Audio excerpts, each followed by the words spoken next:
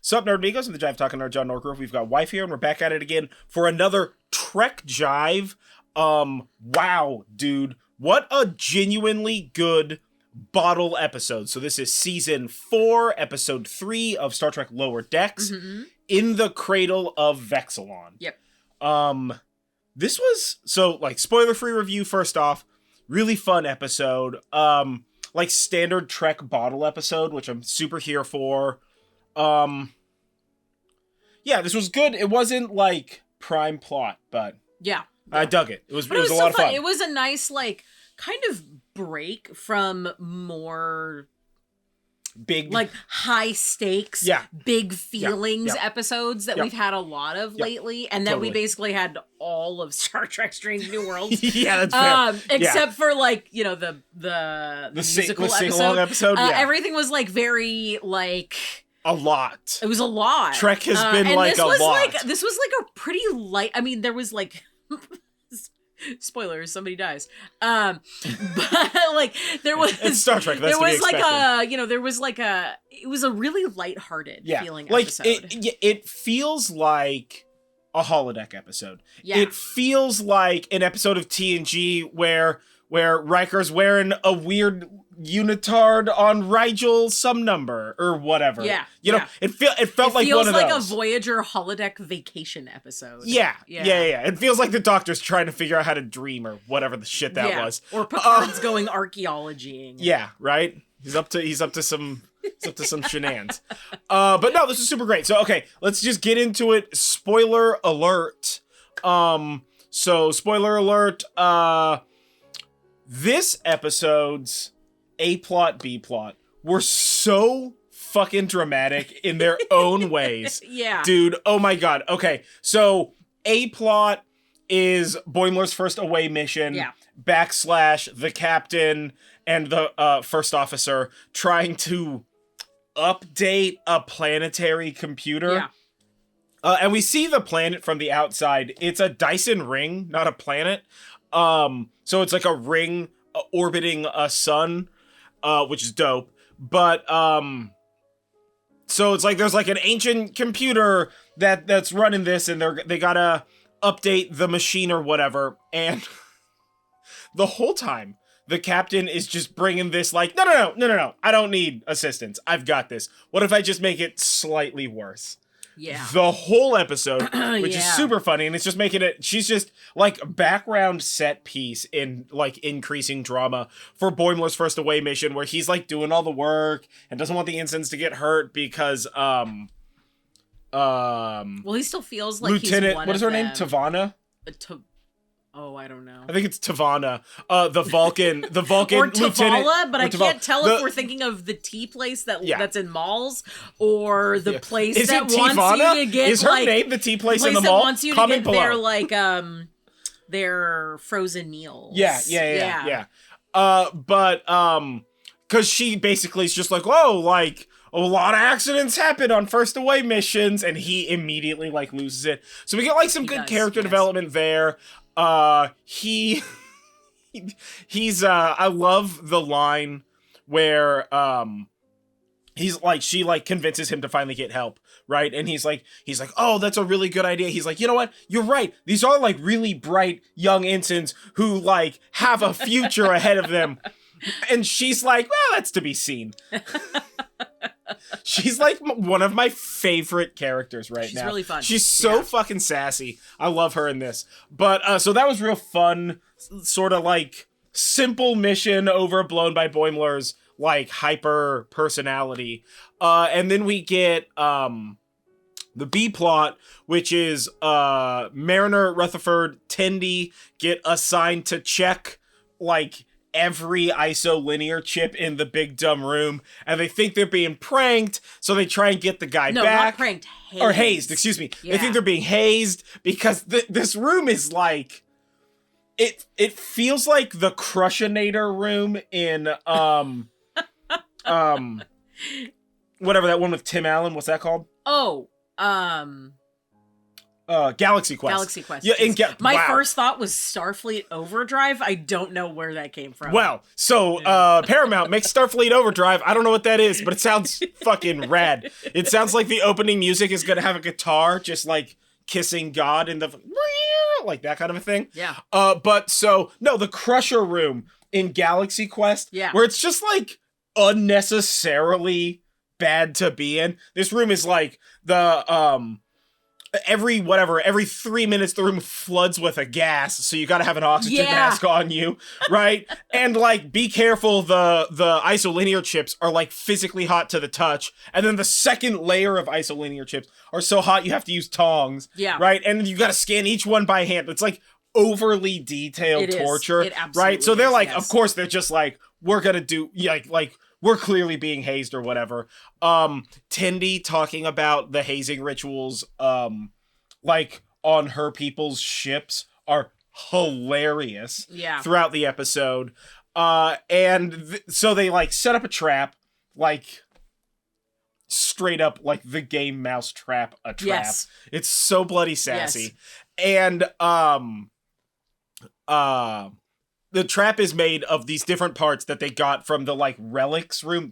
Just nobody should be allowed in this room. Yeah. And, like, obviously a bunch of shenanigans go down, whatever. But when Rutherford goes through this, right? So, first of all, before it even started, I was like, that probe looked like that Picard probe from the Inner Light. Looked like an Inner Light probe. Why the Cerritos would have that on them is beyond me. Yeah. But it looked like that probe, and then as he like goes through the trap to like collect all the bits or whatever, which was so good that he just runs through it and knows all the bits or whatever, and he gets through and he like puts up the Betazoid wedding box. Man, a lot of weird details in this episode. The Betazoid wedding box, and it gets like that episode was just on BBC. It was, and it's such a boldly weird episode, dude. Yeah. It gets blasted by the probe, and he's like, "Wait, where am I? I miss my wife," which means that it definitely was the Picard droid, or Picard drone. I mean, which is hilarious. Yeah, such a good reference. But so that was like a fun little wrap up, and we learned that this, whatever, the person who assigned him the task is into like spit jazz or something just insane. I heard him like saying words to Mariner, and the whole time I was like, am I not hearing this correctly? Or is he saying increasingly insane nouns and verbs that don't make sense, that are just disconnected from language itself? It like reminded me of when we were watching Hot Skull, the TV show, the show and book, which we have not read the book, about when people get the like zombie thing, they babblers. Jabber, they babble, like words don't, like sentences don't make sense. Yeah, they're just like that's very much what that felt. It felt like that, right? Yeah, dude, it was so insane. I can only imagine like in the booth having to like read that nonsense, right? But so like he gives them this like whole story about how he was trapped in one of these puzzle cubes, and it was this whole fucking thing, and we learn at the end that it was in fact hazing, and it's like a well-known fact to lie about the puzzle cube thing, and I'm like, man, fuck this guy, right? Like, oh, dude, so good, such a good haze, and it like wasn't technically dangerous, and it wasn't like actually a thing, so it's like all in good fun, sort of a prank. But I love at the end you get the like table of new lieutenants that are just lieutenant junior grades, and they're just like, well, at least we learned the lesson that everybody in Starfleet's the best person, and they would never do anything like that. Didn't we have great days, right? And then it like pans out to like the command officers, and they're just like, we got them. You know, whatever. So good. Yeah. Oh man. But yeah, this was such a great, like, you know, like we said when we when this first ended, it was like, this is a fantastic example of a bottle episode. Yeah. Right? Standalone, interconnected. Oh, and one of the ensigns that Boimler is like in command of, the one that has like fangs and bat ears and like a furry face. Yeah. That species is, and I do not remember that species name. off the top of my head at all. But they're from the original Star Trek the Animated Series. Oh, fun. Yeah, That's a nice which is super cool. And there were several things in the like treasure room. Let's be perfectly real. That we learned that the Cerritos has a fucking treasure room on it. Yeah. But like there was a bunch of little stuff in that treasure room that had a bunch of that was like reference heavy. Oh, of course. Right? Yeah. Which was fun. I know that like you're gonna rewatch it and like pause that. Yeah, I gotta get like in 6 inches from the TV. Yeah. Whenever I'm inspecting. Yeah. The episode for tiny details like that. But no, there was a bunch of fun little stuff in that. I don't remember anything off the top of my head specifically.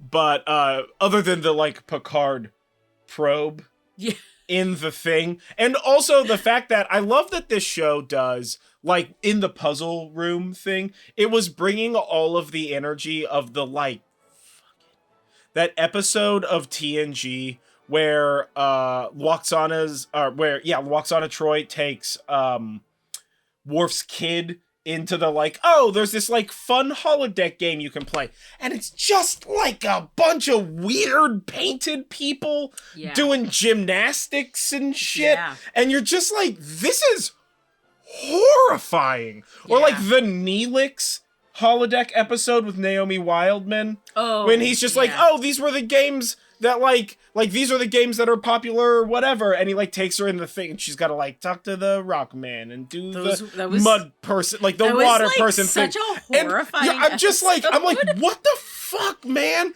Like they do such a great job in this show, like bringing that same like peak deranged Star Trek energy, right? Where they're not it's not just like, oh, this is weird for the sake of weird. It's just like truly a foreign thing. Yeah. Like it's, in my opinion, even more so than the like techno babble and the like fancy sci-fi stuff. It's so plainly its own like style that Star Trek does that's just like, this is what entertainment in the future for children is gonna be like. And Star Trek has universally did this for like all through the 90s and 2000s. And it's just horrifying stuff, dude. It's so weird. It's very reminiscent of like, whenever you look at like old-timey Halloween costumes or like any of that like real like old-timey clowns, right? And your kids are like, clowns are the best, and you're like back in the day, and you look at those pictures and you're like, dude, that thing looks mad and aware. Like, don't be near that. It's just, it brings the energy of that shit, but in like Technicolor, right? In the weirdest way. And this show did such a fantastic job being like, we're showing it to you for maybe a minute, maybe a minute, and it immediately felt like something like straight out of like Neelix would bring up in Voyager, or like one of the crew would like visit a planet in TNG, where you're like, that is upsetting, but okay, dog. You know what I mean? Oh, so good. But like, this was fairly reference heavy, but not too much so. Overall, a fantastic episode. I don't have the whole storyline with Boimler's bit is pretty fun too, and they're talking about how he's like, oh, with people missions with like newly lieutenanted, newly promoted people, usually in bad, and then Boimler does exactly the thing that causes these missions, I think, probably to go bad. Like basically, which is mismanagement. But like his particular thing was he didn't trust that his people were going to be able to do and he didn't want to like put them in danger. So he's very like, stay out of the blast range. Self-fulfilling prophecy. But technically none of the people under his command died. And then we got to see what the afterlife is. So Lower Decks has set up that in the Star Trek universe, the afterlife involves a bunch of weird shit, but specifically koalas. And it is so bonkers. So he woke up in a chair in a room, and out the window was like a mountain. And then when he got up and was confused, and like the floor was like a crazy pattern, like geometric pattern, and like when he got up, there was a koala sitting in his chair, a ghost koala, like a ghost, glowy, a spectral koala, spectral koala sitting in his chair. So, I don't know what that means, but I kind of wonder if we're getting set up for like, I don't know, like Boimler to transcend maybe or something, because we've had a couple of koala references, and like we had that one reference in season 1 where that person like transcended during that like whole and shenan. the machine in this one, the computer system, was talking about how its programmers transcended.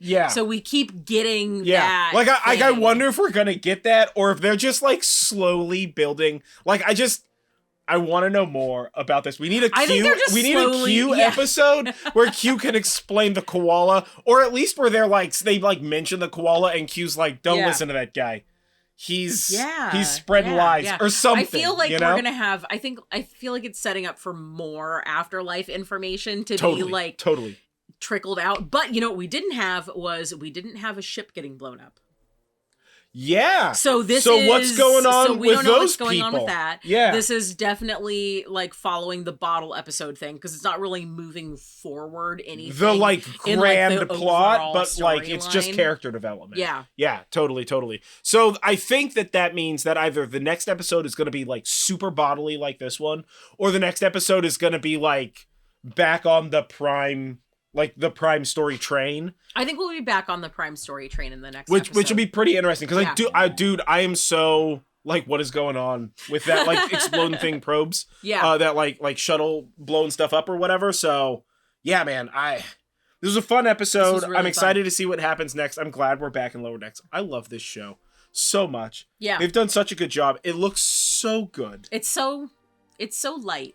Yeah, it's fun. It's so light. It's such a fun episode. So even like heavier episodes are still like light and fun. Yeah, totally. No, it's irreverent. Good Trek. It's good Trek. It's good Trek. But what is your favorite part out there? Comment below and tell us what you thought about this episode. What references did you catch?